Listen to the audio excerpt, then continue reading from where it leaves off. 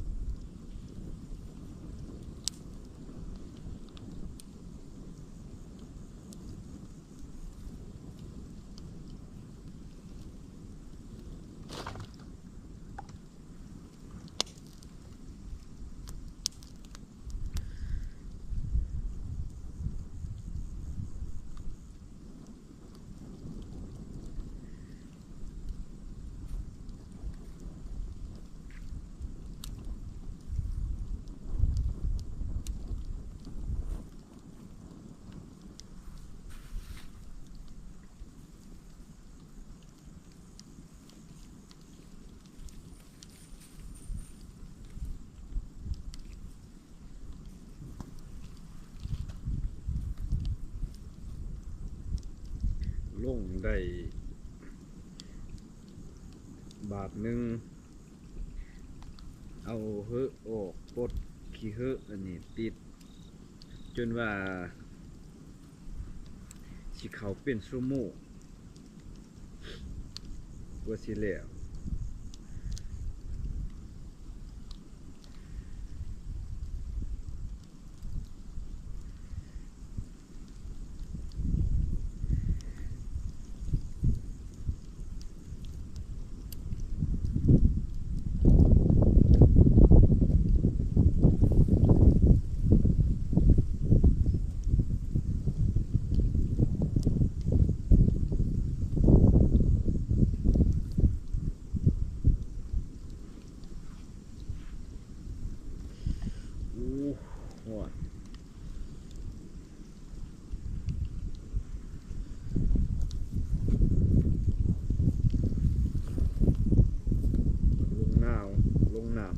สมีสังนี่ขึ้นมา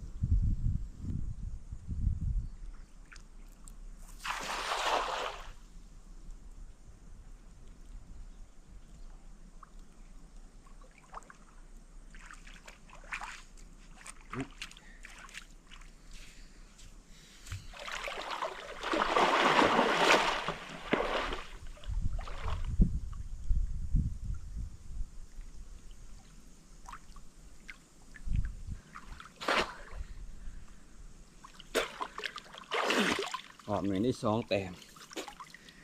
เสียดายตัวใหญ่หลุดหลอกอีกแล้วพี่น้องเอ้ย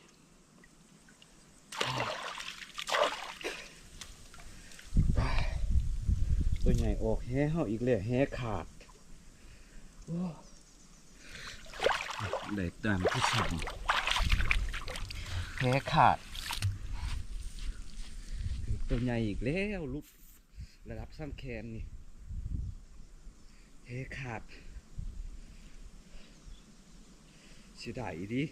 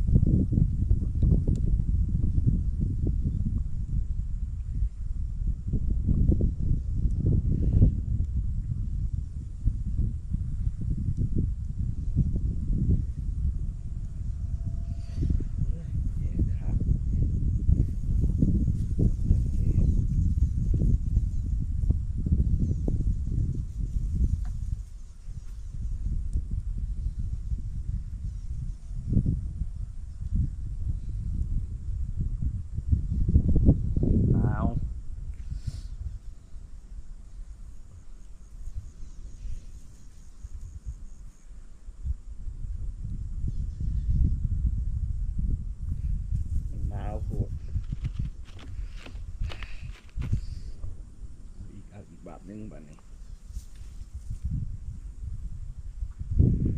สิได้ตัวนี้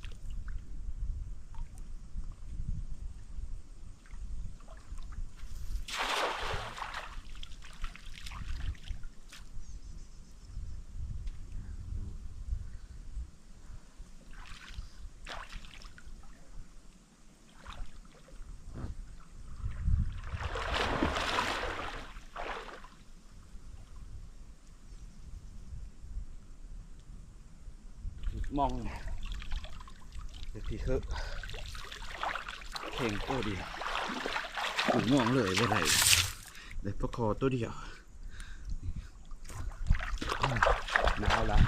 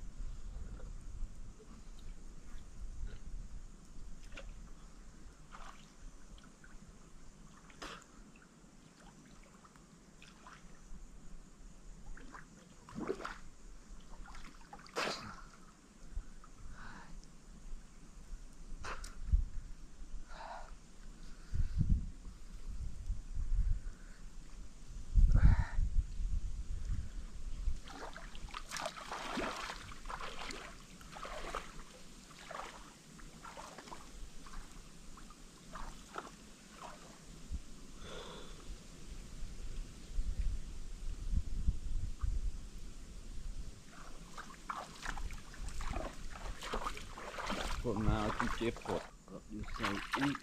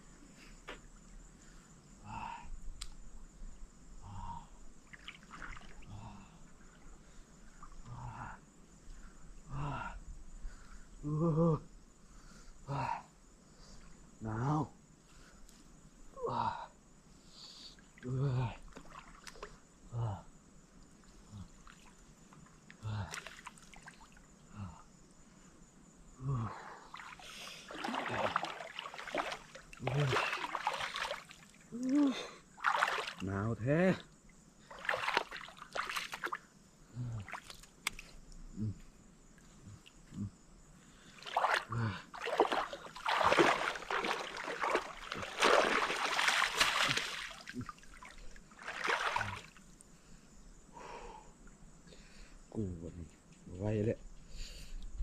3 บาท 4 บาทเศร้า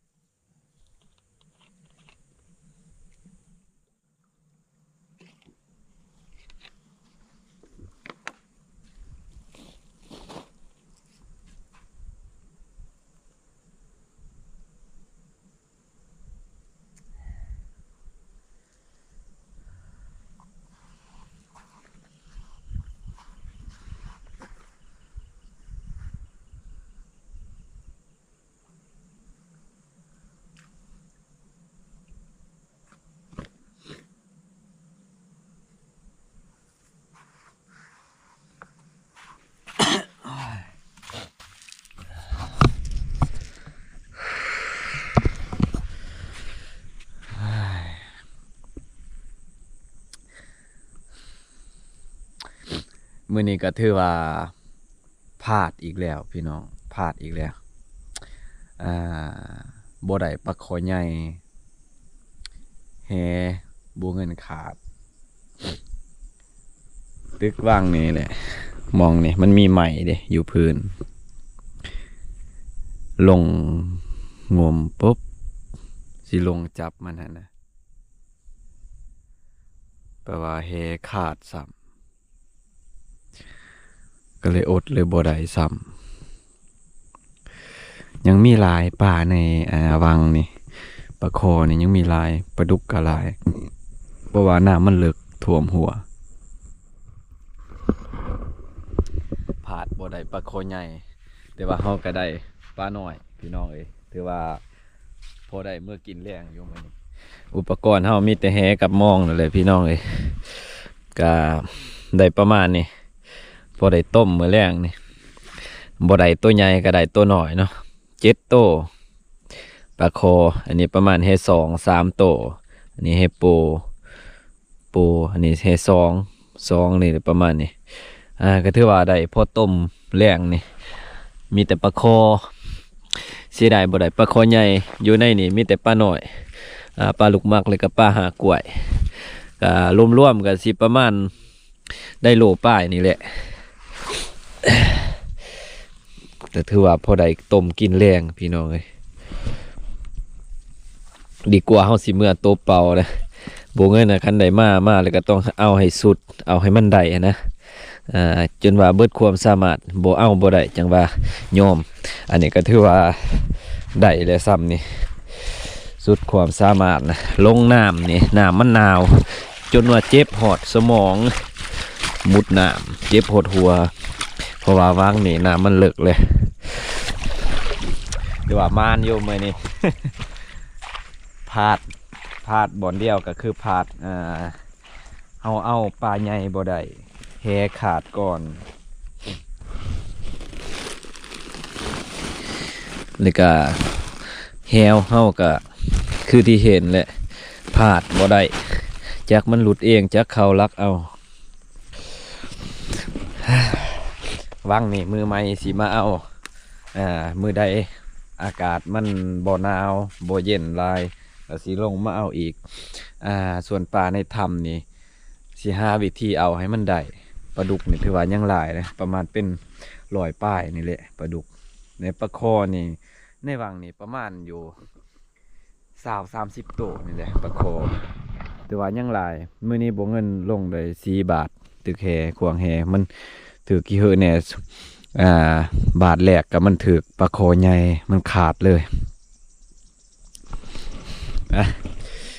วันนี้สิได้เดินทาง